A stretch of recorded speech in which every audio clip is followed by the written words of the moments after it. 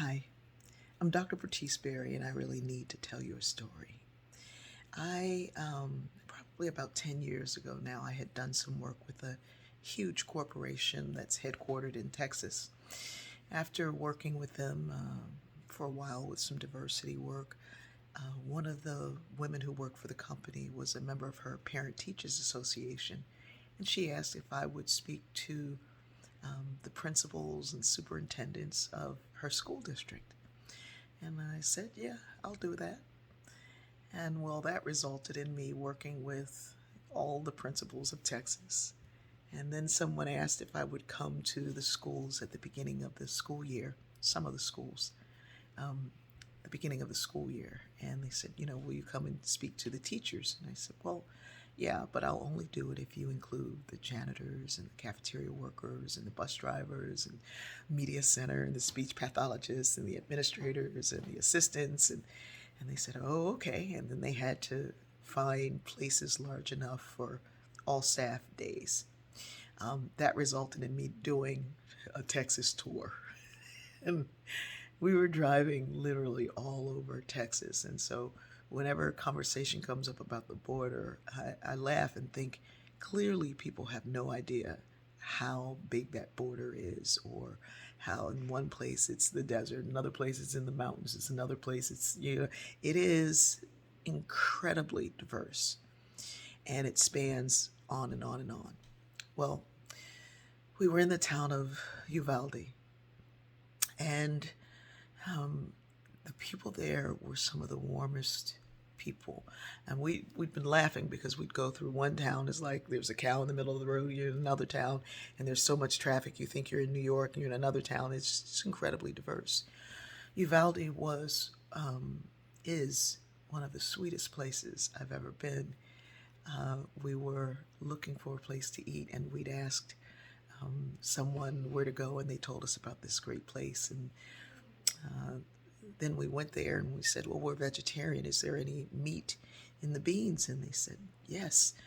And the owner said, but wait. And he went back in the kitchen and he came back and he said, we're going to make it with mushroom instead, and da da da da da. And so they did this, all these vegetables and mushroom, and it was really one of the best meals I've ever had. And it was just so kind that people accommodated for us. And then we were in a store, one of the chain stores. We went to shop a little bit, and there was a little kid playing in the aisles. His mom was shopping, and he had his little fingers, and he was playing cowboys. And he's like, pow pow. And so I came around the corner and I did my best stage fall. I was like, ah, and I went down, and he started crying. No, no, no, no, I'm sorry. And his mother came over and she was like, oh, I'm so sorry. And she's apologizing. And I said, no, no, no, no, no. And so I had to explain to the little boy, I'm okay, I'm okay. Your fingers are play guns, but the real guns can actually hurt people.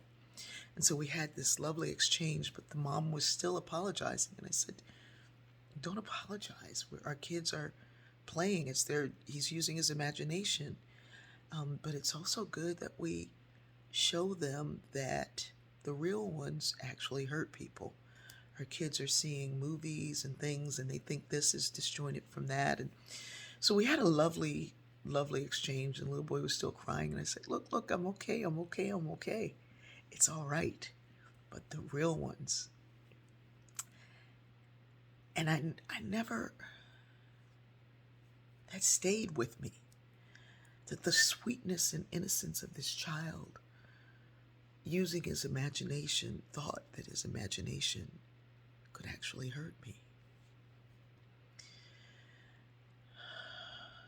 So yesterday when I saw the news and heard the news of all these beautiful children in this beautiful town,